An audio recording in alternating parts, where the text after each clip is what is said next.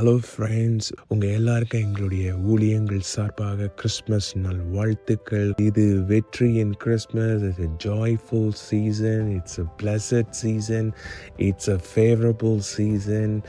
So thank God for his son. So உங்களோடு சேர்ந்து இந்த கிறிஸ்மஸை கொண்டாடுறதுல எங்களுக்கு ரொம்ப மகிழ்ச்சியாக இருக்குது. அதே நேரத்தில் நம்ம ஒரு வசனத்தை பார்க்க போகிறோம். யோவான் 3:17. உலகத்தை ஆக்கினைக்குள்ளாக தீர்க்கும்படி தேவன் தம்முடைய குமாரனை உலகத்தில் அனுப்பாமல் அவரே உலகம் ரட்சிக்கப்படுவதற்காகவே அவரை அனுப்பினார். ஹல்லேலூயா. நிறைய நேரத்தில் தேவன் எதற்காக குமாரனை அனுப்பிச்சிட்டாருன்றதை நம்ம மிஸ் பண்ணிடுறோம். தேவன் குமாரனை ஆக்கினை தீர்ப்புக்குள்ளாக்க அனுப்புவதற்காக வரல. அதாவது God didn't send the son to judge the world.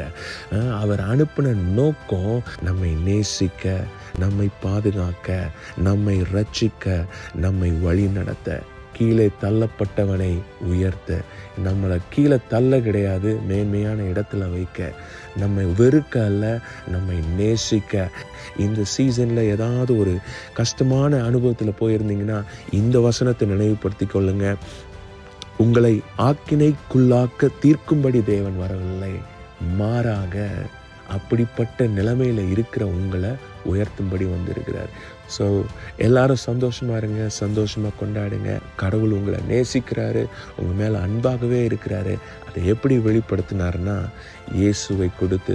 அதனால் நீங்கள் உங்களுக்கு தேவையில்லை இருக்கும் பொழுது இயேசுவே கொடுத்த தேவன் மற்றவைகளை கொடுப்பது அதிக நிச்சயமாக இருக்கிறதுன்னு அந்த நம்பிக்கையோடு நீங்கள் கடந்து செல்லலாம். உங்கள் மேலே we speak life, joy, goodness, happiness, healing in Jesus name.